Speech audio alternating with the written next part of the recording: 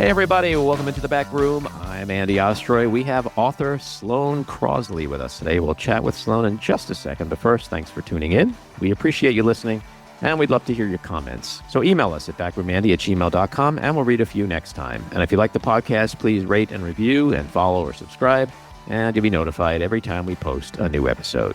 So Sloane Crosley, she is the author of the New York Times bestselling books, Grief is for People, How Did You Get This Number? And I Was Told There'd Be Cake. She is also the author of Look Alive Out There and the novels Cult Classic and The Clasp. Her work has been translated into 10 languages. She's been featured in the Library of America's 50 Funniest American Writers, the Best American Non-Required Reading, the Best American Travel Writing, Phillip Lopate's The Contemporary American Essay, and others. A contributing editor at Vanity Fair, her work has appeared in various publications including The New Yorker, the New York Review of Books, the New York Times Magazine, Vogue, and The Guardian. She has also been an adjunct professor in Columbia University's MFA program and a guest teacher at Dartmouth College and the Yale Writers Workshop. Sloane, welcome into the back room. Thank you. Thank you for having me here in this room. So we're going to talk about your book, which is called Grief is for People, which was originally released last year and was a New York Times instant bestseller, and it landed on a ton of prominent best books of 2024 lists. And the paperback edition is on sale February 25th. And I got to say, it's a truly beautiful book. It is funny, poignant, heartbreaking, so brutally honest, revealing, and also written with such clarity and accessibility and familiarity. And as someone who has experienced horrific sudden death with the murder of my late wife almost 20 years ago, I have been on my own grief journey since, the book really resonated with me on so many levels. So huge congrats to you. Oh, I don't even know where to tackle all those lovely and meaningful things. So I'll just say thank you. Mm-hmm. So the book links two significant losses you experienced in 2019 and the grief that followed. Tell us about these experiences. Sure. So yeah, a good primer for the for the listener here. On June 25th, 2019, around 5 p.m., a little before actually, I left the house to go get a hand X-ray. Which I'm sure sounds like the world's most boring logistical story. But the thing to know here is that when you get an X-ray, as I'm sure people have gotten before, I took off all my rings that I normally wear on my hand, left the house, went to get the X-ray, came back about an hour later to find all my jewelry stolen. Someone had broken in through my bedroom. Their muddy boot prints were on the bed, and they had taken every piece of jewelry I'd ever had, been left, would have given to somebody. And I know it's a podcast, so you can't see, but I'm not exactly bait. There's not like a Kim Kardashian, $800,000 ring on me that you. So there was a bit of a mystery to why me as well, because I was targeted. And I was trying to solve that mystery with my dearest friend and former mentor at Random House, where I worked for about a decade. His name was Russell Perot, who was just sort of a half brother, half father figure, half best friend, half total annoyance to me, all the time, who I love very much. And we had dinner, and we were talking about the burglary, and he was trying to help me solve the burglary. And then he left, and 3 nights later, he died by suicide. In a barn on his property in Connecticut. So the book becomes about these two losses, and now it's pretty obvious, I should hope, that the second loss is really the focus of the book. This tragic this tragedy of this human life that was cut short. But the burglary is sort of used as a setting, if you will pardon the jewelry pun. To sort of present. Oh, there's more where that came from. Yeah, you're talking a lot of clasping. You're talking to a crazy punster here. Yeah. We break the chain. So anyway, the point is that so the book is sort of structured around these 5 stages of grief, or the sort of nod to the impermanence and imperfection of them. But using the burglary to present this much larger loss.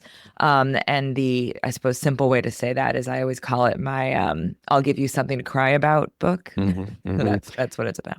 And you've written other books, but this is your first foray into this subject matter. And there's Yeah. been so many books about grief and loss. And in fact, you mentioned in your book about I Wasn't Ready to Say Goodbye, which you found really a terrific book for yourself. And that was the one book that really helped me.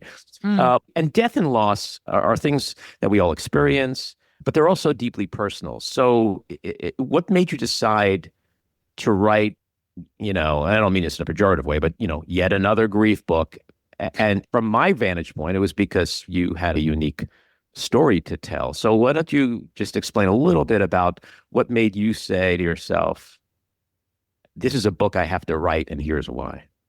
Wow. Well, the yet anotherness does apply to me, but not in terms of the genre of grief books or the amount of them available on the shelves, Hmm. but in terms of my own oeuvre, which is that, I've written about 150 personal essays between the books and outside the books. So Hmm. my question was more, I also write fiction, was, am I really going to write something that could be classified or categorized as a memoir, even though I don't totally think of it that way, when I've written 3 books of narrative nonfiction?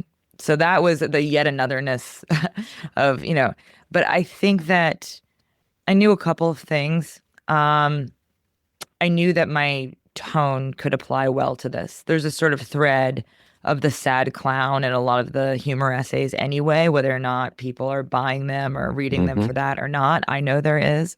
And I know that I could use that muscle on this story. I knew that something very real and very extraordinary, and despite its specificity, very universal, had happened. Not a huge amount of people. I mean, it would be a bit of a failure of a book if it was only marketed to people who had experienced a burglary and a suicide in quick succession. Right. And then the other thing is, I think I was really grappling with a couple of things. One is about the loss of a friend. There are a lot of those books that you're talking about, and a lot of the reason why I struggled with some of the things that could be deemed self-help is because they were categorized in a way that really excluded not just me, but what I would imagine would be the most prominent and common relationship that a lot of people have, which is a friend. Not everyone Hmm. has a kid. Not everyone has parents, Hmm. it's, or unfortunately, but everyone has somebody.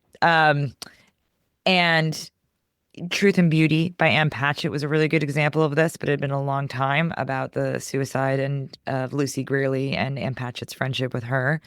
And there's a lot of books about, sudden death, but specifically with suicide. All those books were, what to do in the wake of the suicide, of loss of a spouse, loss of a parent, loss of a estranged parent.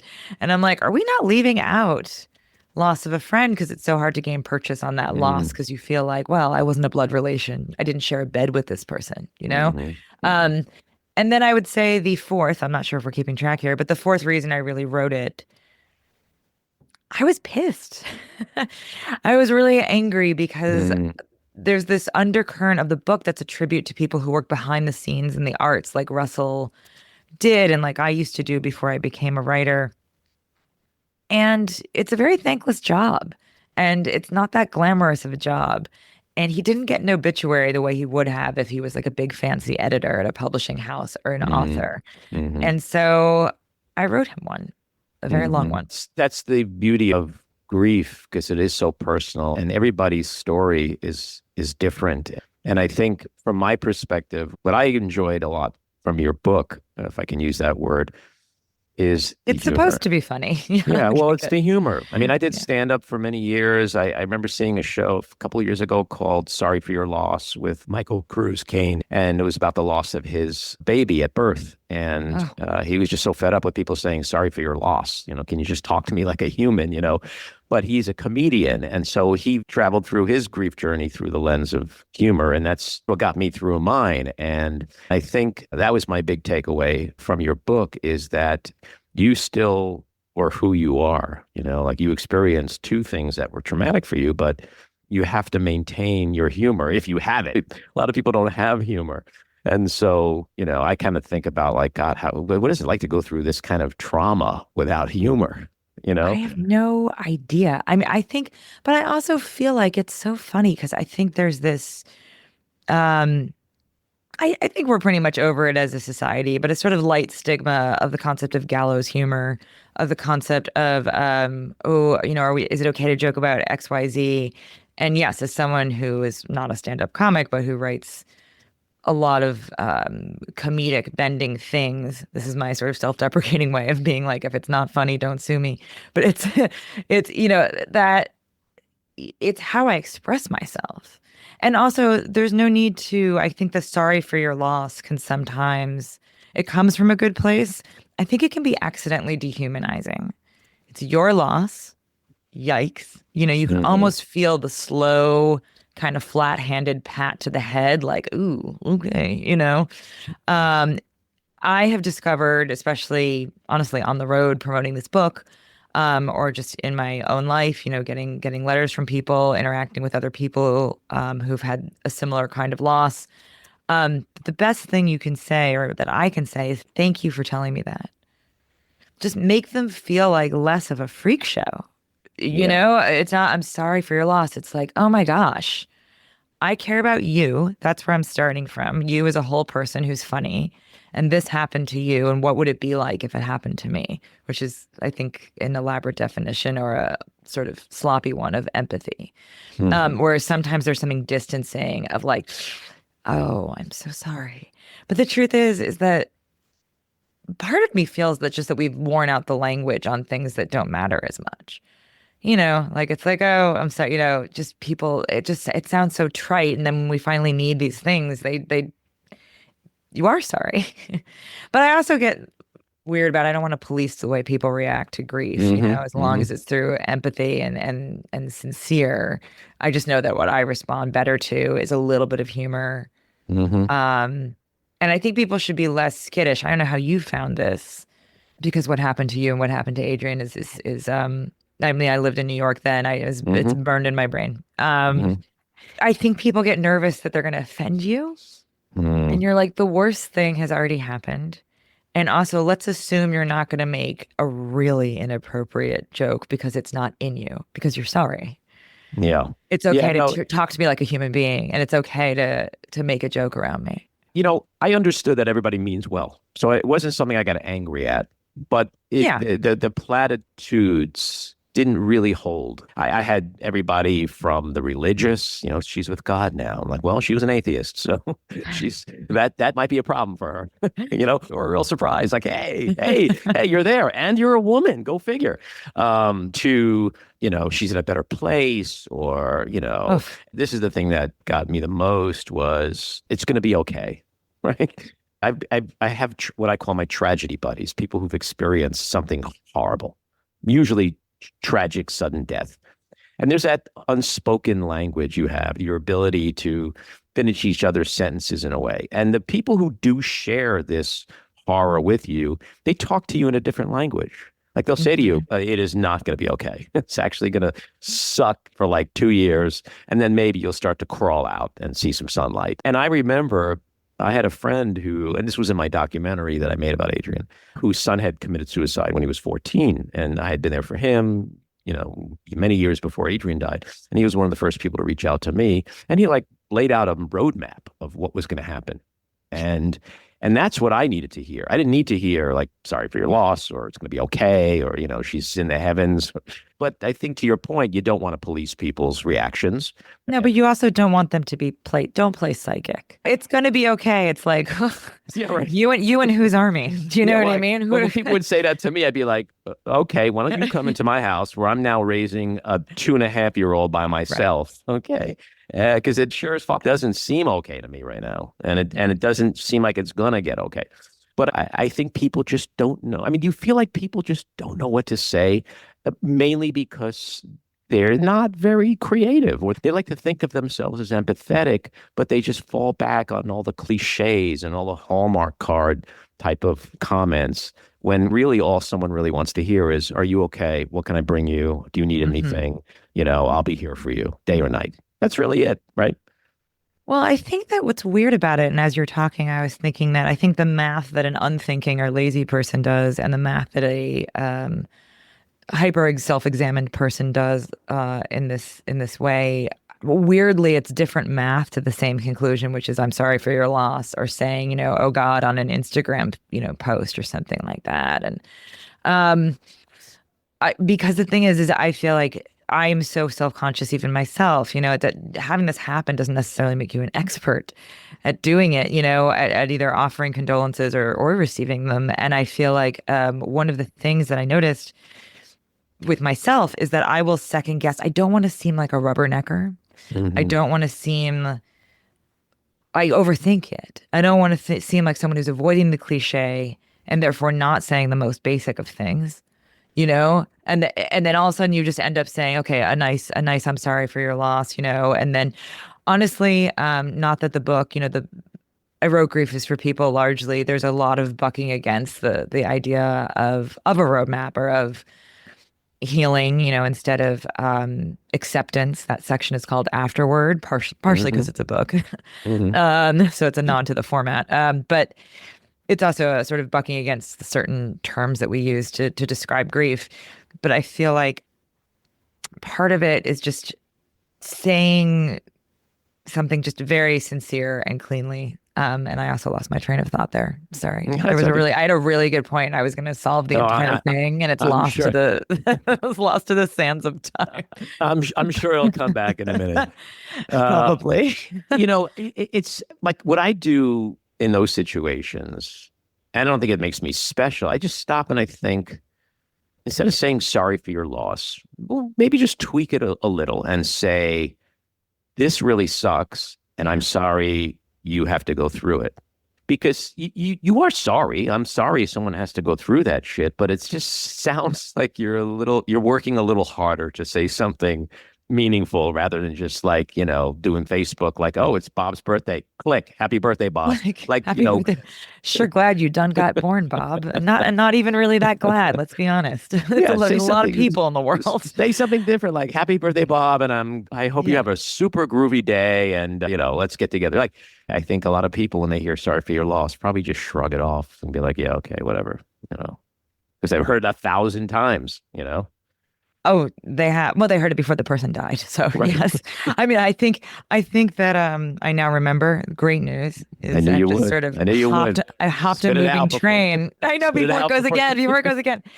Um, I was just going to say that I think the book does buck against offering any kind of practical advice. But one thing I've realized, or I've started doing personally, is that, because again, it's like literary fiction, or not literary fiction, excuse me, literary nonfiction, but so it's not really meant to be self-help. But a practical thing I've realized that I've started doing is when someone tells me that something terrible has happened, it could be that their dog died. Right. I set an alarm on my phone for 3 weeks from when they told me to check in with them. Wow, that's really interesting. So easy. Yeah. It's easier than the Instagram. I mean, you have your reaction, then you Hmm. check in 3 weeks after the sort of initial bulk, that first push of Hmm. Hmm. shock or apology has died down, and check in with them again to let them know that you're thinking about them. And usually you are naturally, but it doesn't hurt to use this sort of vile technology to prod us towards Hmm. something No, that's it. moral and good.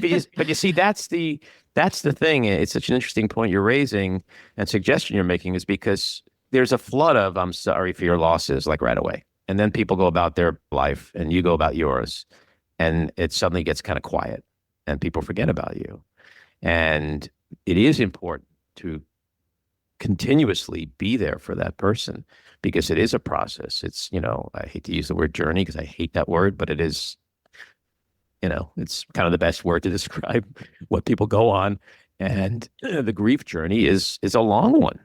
And it's some and it like it's like a revolving door. Like you could be like, "Hey, I'm okay," and then boom, it hits you in the ass, and then you're in a shitty mood for 2 months, and then Yeah. you feel great, and then Yeah. and then you hear a song, and boom, it sets you off again, and now for a week or two, you're in a bad mood, and you're hurting, and so people do need to be there on a continuous basis. Yeah, I talk about in the book, and it's funny because you talked before about how there's this shared language with people who have Hmm. had some sort of extreme event happen to them. And as much as after writing the book, and knowing what I know about my relationship with Russell, I know how close it was. I know it was more than a friendship. I also know this was not my son.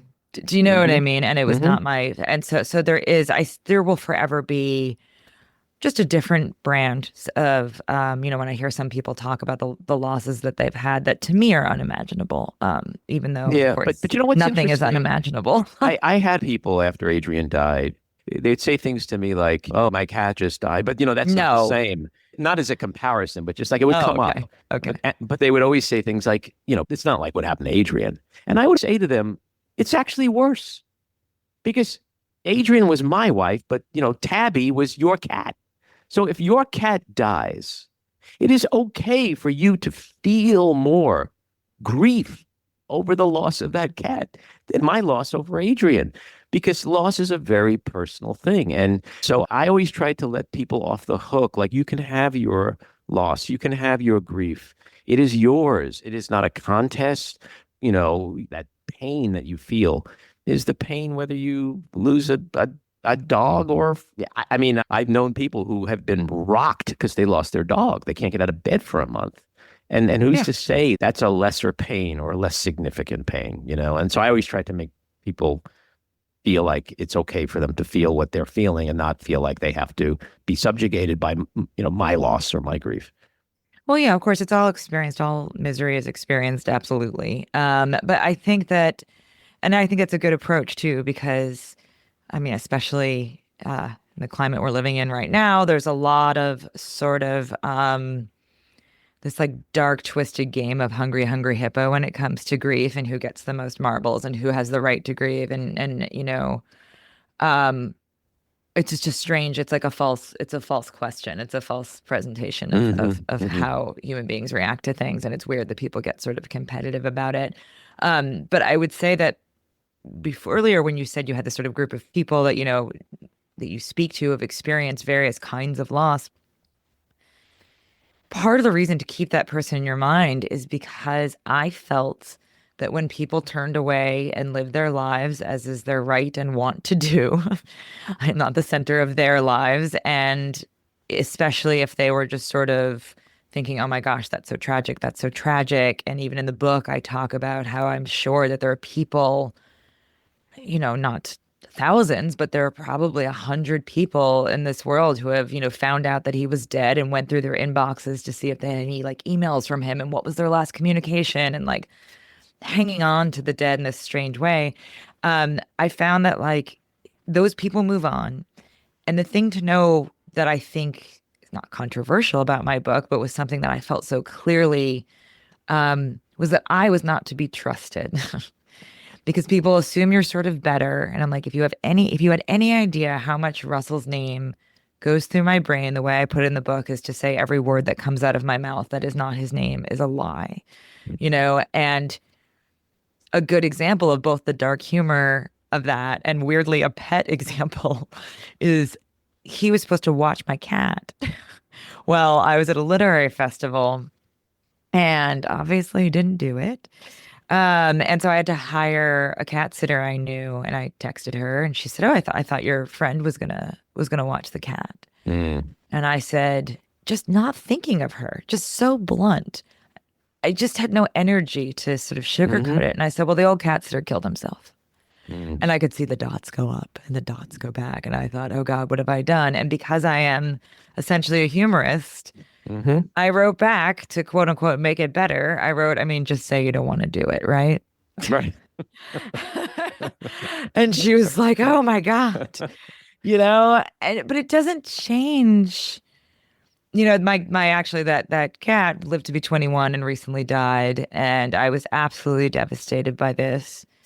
Um, I think other people have probably had this experience too. So Russell knew the cat well. And so there's a little Mm. piece. Sure. We It's have all all. these deaths that, Hmm. yes, of course, I'm very upset about the cat in and of herself. She walked amongst us. She was the best. But it's almost like the same way you would throw out like the last sweater that belonged to a loved one or something like Hmm. that, with these Hmm. tiny little deaths that follow. And the reason why it's so important to surround yourself with people who have either had this experience or read about people who have had this experience, if you have not, is so that you have a sense of the time frame of how long it really lasts and how many little memorials there are to that person for years. You wrote in the book, my friend was alone when he was murdered. it's such a unique thing to write, and it really reached up and grabbed me. And I'd like you to explain what that means, because I think it is a really important thing that you wrote. Yeah. I mean, I wrote it essentially, and thank you for that. I mean, I wrote it essentially for that value, for the sort of shock value of it, because the context of it in the book is to say I experiment with this sort of intentionally skewed version of events, and they still check out. The facts check out. He did the murdering, but he Hmm. was alone. And a couple of things. One is actually John Mulaney has a bit where he talks Hmm. about every time I'm alone, I think I'm alone with the person who tried to kill me. Right. Mm. Do you know, there's this Yeah. sort of fear of the splintering of yourself and the othering of yourself and you know, having to sort of like cross the streams or unite the clans or whatever you want to say, just sort of like graft yourself back onto, you know, this fear that there's part of you that will hurt yourself. Um, and so I was sort of playing with that idea. Playing is perhaps too light a word, but I was sort of trying to examine that idea and thinking it just made me so sad for him. Because you were saying before how individual people are, and we miss them because they're so individual, and we miss them because they're funny. We wouldn't miss them in the so sorry for your loss blanket way at all Mm. if they Hmm. weren't so specific to us. And Russell was very, very funny, very irreverent, and pathologically social. Loved to be around people, just like a herding sheepdog. And somehow it had never occurred to me, and I think it would still have never sort of occurred to me to look at suicide and think that, with very few exceptions that are newsworthy or dark in a sort of shocking way, it happens when you're alone. It doesn't happen in Hmm. front of other people or Hmm. with other people. And it never, that the tragedy of loss and the tragedy of the pain that person was in has always been at the forefront of my mind when I've thought of suicide, if I've thought about it, obviously a lot more since this book, that him being alone specifically was so sad to me because he loved to Hmm. be around people and it felt somehow extra symbolic. And it's how it's done. Do you know? It's how it's Yeah. done. Well, And yet somehow I was like, he was alone when he died, but he didn't just die. He wasn't hit by a falling anvil. He didn't, or, you hmm know, and he wasn't in a car accident. He killed himself. So he was alone when he was murdered. And I think part of the reason I was trying to find different angles on it is because it's such a shocking thing that fundamentally so much of the book is just trying to find a new way to tell the story again and again until you understand it. Yeah, I also loved the way like you talked about the two Russells, because I think that really speaks to what you're saying. It's people who do end their lives that way, I think, are struggling between this will to live and be what they want to be and around who they want to be around, and this other person who wants to check out. And that kind of the inner conflict, it really makes you think of what people who do that go through. And also, it's interesting what you wrote because it also then connects in some way to the movement of, let's call it, dying by suicide versus he committed suicide. Oh, language wise, Language like wise, Associated Press wise. yeah, exactly. And Okay. I'm not sure I get that because I more believe in what you're talking about, that, Russell A killed Russell B. It is a Yes. murder. It is a murder. And if you believe that and you understand it more so, then committing suicide, quote unquote, it's not inappropriate. It's actually very Mm, appropriate in some way to me. I yeah. understand the sensitivity behind it, of course, and we live in an age today where we're really trying to be uber sensitive to all the things we and our parents Yeah. perhaps didn't give two fucks about in the past. Yeah. Yeah. But I don't know. It's just it's. I'm not like in one camp or another. I'm just like it is a very interesting and more so extremely complicated bit of language around the concept of how one dies in this particular vein, you know? Oh, well, yeah. I mean, the thing is, the issue with committed is just that it's borrowed. He committed, like, who else did it? He didn't, I mean, like, let's be real. Like, he did, Right. no Right. one, no one else did it. He did it. Hmm. Um, so the idea that this is strictly something that happened to him despite his suffering is nonsensical. I agree with you. Hmm. However, committed has so many definitions that I feel like are the reason why anytime you borrow language from something else that's been used in for a long time and try to give it a new application, sometimes it works, sometimes it doesn't. I believe this is my second skin grafting reference of this interview, perhaps, but which is something to explore in another interview. but sometimes it takes and sometimes it doesn't. And in the Hmm. case of committed suicide, I don't think it took. I don't think it works well because committed sounds like a crime. And for something that has been demonized throughout the centuries, people who either committed or attempted suicide, as we're going to say, whatever it is, their bodies were dragged through the streets. They couldn't be buried in traditional graveyards of their respective religions. They were considered damned to hell. And then in a more sort of, 19th, 20th, 21st century way, it was a little bit more about, just sort of this ostracization. Excuse me, they were being ostracized. Hmm. They felt like they couldn't talk to anybody. It was this like dark secret. I mean, we are very slow to develop. And think about how long it took us to be okay with divorce. My Hmm. parents' generation, my parents are happily married, even though I joke that I wouldn't marry either of them. You couldn't pay me, but I'm so happy they're happy to be married to each other. But but their generation, it was shameful to be Hmm. divorced. Um, and now make that suicide. So you get in trouble when you start tossing around committed only because it sounds like a crime, which it really Hmm. was for centuries. So I'm like, ooh, Hmm. that's the difficulty. But the idea that the person didn't the Russell A, Russell B, that's some version of them. I'll never know Hmm. the answer. It's Hmm. presumptuous to pretend to know, but whatever it is, somebody in there decided to kill the whole part, Hmm. to burn the Yeah. whole book, right? Hmm. Hmm. And so that is a commitment to doing that. To me, Hmm. it's the criminal definition that I'm like, oh, is there another word? But I don't think it's offensive. I don't like wince and cover my ears. I just am like, Hmm. oh, it's not great. Hmm. You also write in the book, quote, mourning the death of a friend is to feel as if you were walking around with a vase, knowing you have to set it down, but nowhere is obvious. Others will assure you there's no right way to do this. Put it anywhere. I found that such a beautiful and haunting way of describing how you processed your grief. Thank you. It's really that is a good example of the vein of the book that is really so much about the loss of a friend, no matter how they died. Mm-hmm. Doesn't matter. That specific part doesn't matter how they died. It's about, and it doesn't have to be a sudden loss, but just this feeling of everyone wants there to be like, oh, there's no right way, there's no wrong way to do this. But we've all seen too many movies. We're pre-poisoned, in Mm-hmm. terms of Mm-hmm. how people grieve, the Mm-hmm. length of time people grieve. Um, And we have such difficulty, I think, processing whatever is in between a sitcom or the length of a sitcom and Showa. We have difficulty processing like it's either you're screwed for life, right? You're Mm-hmm. scarred for life by this. And those are the stories we see. Or we see people who are like, okay, within about 6 months to a year.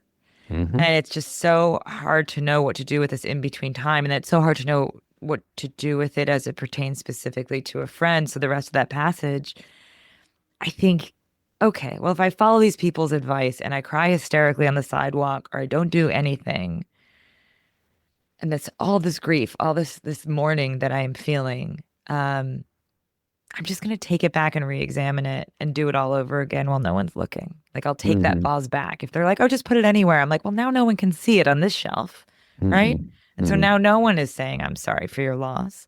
And then if it's too prominent, I seem like I'm glomming onto someone else's death and tragedy. Yeah. And so as a friend, you're like, oh. And I think part of the book is learning to not do that, learning to, as you say, just experience it and not be competitive about the grief. Mm-hmm. But it comes pre-baked. It comes pre-baked in your brain to not hopefully want to take the spotlight from somebody. Yeah. And you touched on closure, which I want to ask you about in a minute, because I think that's such an important subject. But you described in the book how you'd go back to the restaurant that you and Russell ate at like a couple of nights before, and you just sort of like stare into the window. And I so got that because I did that with Adrian. You know, she lived in the Really? West Village before she met me, and Abington Square. So and she wrote all her movies and she did everything there. And then when we met, and she eventually moved in with me, she kept that place to write.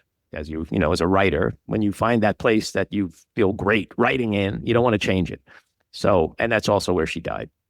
And so I would, I'd walk around, I'd stare at the deli I would just stare at the deli and imagine her going to get her little cup of coffee, or the ATM line around the corner that I knew she would go on, or the park she sat in across the street, the Bon Bonnier, the coffee shop where she would go and get breakfast. And I carried my vase for a long time and still do on some level today. So my question is, do you think we can ever truly set that vase down? Wow. No, but maybe we shouldn't. I think maybe I'm gonna really just belabor the analogy. But let it get chipped. Don't be precious with it.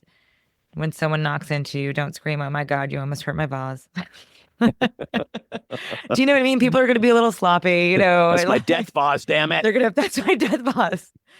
An urn? No, it's the vase.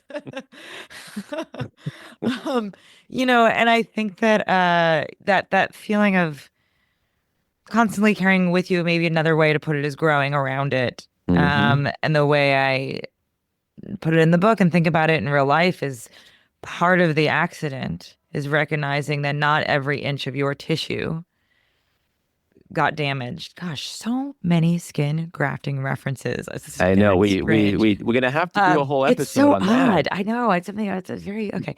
Well, but part of grief Do you have a bad burn once or something? no, nothing is happening. I worry this is foreshadowing. I'm almost scared to stop this Okay. podcast. All right, no more Okay, skin no graft more, no talk. more, no more. But but no, but part of it is recognizing that all your tissue did not get damaged in this accident, that it can grow around it. But it Hmm. doesn't change the size. It doesn't change the size of the injury. So that is another way of saying the vase, like you keep it with you. And I think part of looking into that restaurant and part of you looking into that coffee shop is actually not being obsessive and not being maudlin. I think it's, and not even just paying tribute, but trying to put the thing in some sort of context of what happened, even if it makes it worse or even if it sort of mitigates the pain. Watching strangers go in, get the same coffee order, talk to the same people within days Hmm. after, and just walk out. And in a way, you want to shake them and say, "Don't you understand? Don't you realize?" And in a way, it's like the beauty of the world that it goes on without you. So you're sort of watching both. You're sort of fixed in time and stuck. And then I think it's a part of me after I kept looking into the restaurant where Russell died. And at first, when I would see people sitting, through the window in the seat where I last saw him, just, maybe a week, two prior, Mm. as time goes on, um, I'd want to flip their chairs. Yeah, You're yeah. sitting in my friend's seat. You out of your Hmm. mind? Should And we, why should are we, you and why are you happy? yeah, should we get a plaque of some kind? Is this like a Hmm. Louis Vuitton, excuse me, like a Louis the 14th? Either one, a very fancy chair. Um, and now it makes me happy to see people in there. Yeah, well, that's part of the journey, and there is connective tissue. My my Oh man, I'm my sorry. stab at it. Oh, No pun intended. To closure, because I don't know how this was for you, but I remember in those early days, I would walk around that neighborhood because I had to. I had to be there. I had to close out her apartment. I had to clean it. And I also would look at other people walking around and I'd be angry, like, why are you happy? Why are you talking? Don't you why do you understand? stop speaking? Yeah, stop speaking to each other. Why aren't you crying? Why don't you understand what I'm going through? What just happened to me? And but it taught me that life goes on. Like, you know, and everybody has something, but like just because something happens to you doesn't mean the world stops. And that's part of, at least it was for me, that's part of my process to where I get to a point where today, if I'm in that neighborhood, I just I feel her all over it, but not in a Which is my bad way. neighborhood. I love that coffee Yeah, shop. it's not But but not in a yeah, bad way. It's just no, like it's my time to be with her again, in a way that just doesn't drown me, but it's more positive and nostalgic and makes me feel good without all the pain that I felt when I would do that 15 years ago, I which mean, which leads to the which is question of wonderful. Yeah. closure, because some people will say, "Oh, I found closure." Do you believe in closure? Do you think people can ever truly get closure? Like you're like, "That's it, I'm done. The grief gone. Amazing, miraculous. I can hear a song that we danced to at our wedding, and it doesn't even bother me at all." Like, how do you get closure? Because I'm trying to find it. Okay. Well, do you think one of the things I would say first is about the strangers who are having the gall to live their lives? Um, I think another thing is letting them into your grief and realizing that part of why you're sort of upset Mm-hmm. is because this is what your loved one is missing. If they stopped, then it would almost be less of a tragedy if they stopped for you. It wouldn't help. It would be less, but that the tragedy is partially the gone too soon, the robbed from a world, robbed from the daily experience, robbed from, you know, screaming into the phone about, trash talking some friend on the street or tripping on the street or running into a friend or picking up your dry cleaning, the things that they are, those sort of daily events that you see is part of what makes it so that in a weird way, it's a tribute to why it's so upsetting that they're not here, as opposed to a form of disrespect that they're talking, if that makes Mm-hmm. sense. Yeah, totally. But in terms of closure, oh God, can you repeat the question? Unsubscribe? I don't know. Does I just, I don't know. I just know. I feel like I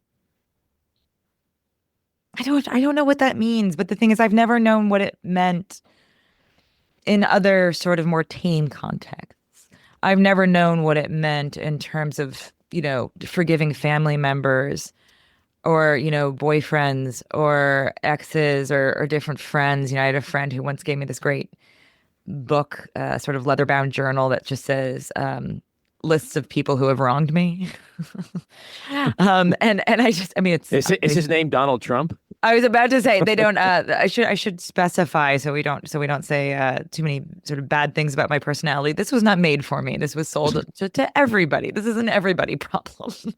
Yeah, it was not for Donald Trump. Um, oh God. But yeah, so I don't think you get. I just don't know what closure means. I think to me, when you have someone die, especially. And this is what makes it so incredibly different than being broken up with, let's say, aside from Mm-hmm. their loss of life and the tragedy of it, um, is that there's this feeling that every day you live, you are leaving them. You're leaving the moment. And if you look away from it, and maybe this goes back or dovetails with the vase analogy, if you look away from it, it's almost a form of disrespect. Mm-hmm. And there's this way that it can become pathological where you think, I'm going to be upset about this forever to prove how horrible this is as some sort of tribute to that person, Mm-hmm. which other kinds of loss don't really have. But I don't think that, I think you can somehow put it in its like right size place for you and carry it around in a more portable fashion. But I don't think like closure, the idea of being fine with something. I'm just way too nostalgic a person. So this is what I'm saying is you're dealing with like sort of very nostalgic soil that then I had these two losses, obviously, the big one being Mm-hmm. Russell. But even with the jewelry, and he was like this too. It's like this sort of feedback loop where the person who died also was really kind of into objects and jewelry and collecting things. So you have this sort of like constant echo chamber um of hold on to something, the meaning of the past, the value of the past, nostalgia that is so like permeates my life and permeates the book. So by the time this happens, like I don't really expect to ever have closure Mm-hmm. about Russell. I think for for you, if I may be so presumptuous, it's so wild um that there are mysteries embedded still. Mm-hmm. The mysteries that I have embedded still in mine are within the person. They're not Mm-hmm. external. And I think when you have that, you do have a little more peace with it, strangely, because I'm like, there are things I would have never known about Russell if he had died of natural causes. Right. I Right. still don't know. Yeah. So I don't have quite the same level as mystery that might keep closure further away. Yeah. And also for me, my daughter was not even 3 when Adrian died. So my grief has come in 2 parts over the years, my own, and then that which I experienced through my daughter of her grief, which is Yes. ongoing because at every milestone in her life, it's a constant reminder of what mommy is not around for. First bike ride, graduating grade school, first boyfriend, prom, whatever. But so in that sense, it's way different than if I did not have a child or if it was a breakup Right. or something like that. So we're talking a lot about death and suicide and grief. We got to end on something humorous. So you You want some reference, jokes? yeah, You want some oh, death jokes? yeah. Let's talk about that comedy of suicide. Well, there's definitely people who would say things like really casually. There's a lot of expressions that involve suicide that you don't Oh, realize. it's so funny. Adrian, her killer tried to make it look like a suicide. So I I remember know. like a week after it happened, so one of her friends called me and said, I want to come over and, if you don't mind, we'll hang a bit. And I was like, seriously, like, can you have just thought maybe a little bit more about the choice of words a week after? But so you reference Judaism in the book, right? Mhm. I'm a Jew. And so my last question is, do Jews grieve differently than Uh, non-Jews? um, Oi. Oi. I mean, I'm not an expert in this. I do think that there's something Jews are meant to, I think Jews do grieve in a more communal way. I mean, it is written into our sort of scripture. Hmm. The mourner's cottage is meant to be said with many people. You're meant to surround people who are grieving. You're meant to be Hmm. surrounded by people when you are grieving, the whole thing. Um, I think there is a sense consistently with Judaism. There's a joke. You want to end on a light note. I like that Jews grieve differently. Was your definition of a lighter note? I What a, believe what I a believe in I believe been in a the great big time. clothes. The big clothes. I was like, no, well, on a lighter note, yeah, this is the dessert. Um, and I think that there's a way that the joke with every Jewish holiday with I think what's the one that involves there's one that involves I can never remember the name of it, but it involves dairy and eating cheesecake. But except for that one, which is a more minor holiday, Shavuot, whatever. The point is, the whole Wait, joke is I want to know what the it's a what the cheesecake holiday is where you can holiday. eat cheesecake. No, That's you're supposed to eat cheesecake. that can make me religious. And believe it or not, is not sponsored by Zabar's. It is an actual holiday and has to do with dairy. But Well, it's news to me, but proceed. yeah, but every holiday is the joke is they tried to kill us, we lived, let's drink. Like that is the impetus behind every Jewish Exactly. holiday. So there Exactly. is something in terms of grief that is baked into the Jewish experience. That is baked into the expectation of loss, and then the discussion of that loss. We're not generally people who clam up, Hmm. about tragedy and Yeah. about grief. So I think we grieve differently in terms of our actions. How we feel, I have no idea. I mean, I assume that everybody feels the same Hmm. But I mean, just like, hard, and this shame. is my question was sort of half serious because non-Jews, once the body is in the grave or Yeah. cremated or whatever, it's done. It's over. Jews, What? let's go to the house and let's just grieve for 5 days. Yeah, but haven't you ever heard of an Irish wake? I mean, I think there's a way that and then that I imagine there's not a lot of Jewish Irish wakes in there. I'd love to attend one, by the way. Please invite me. If anyone's But listening and you're half Irish and half Jewish, someone dies, yeah, give Sloan someone a call. dies, and then you get to, and then you're for some reason my invitation is getting lost in the mail. But like, but yeah, I just feel like it's processed differently. It's processed Hmm. internally.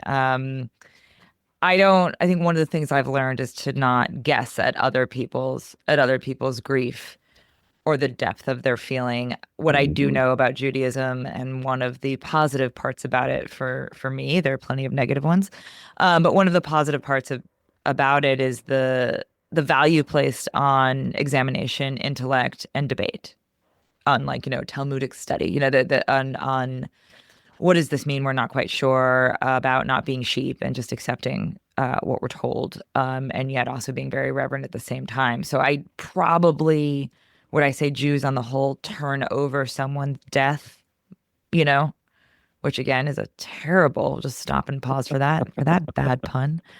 So roll over in the grave. Do I Well think that we done. do that? Mm-hmm. Maybe on the whole, Mm-hmm. because of how we're already trained.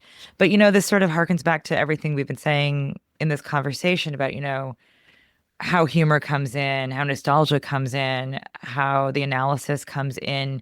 You are who you are in grief as Mm-hmm. who you were before. It's just you're Mm-hmm. tackling the same thing. So even with this book, when people say, "Oh, it's a departure," I don't think it's really a departure. I think the subject is different, but my voice is the same.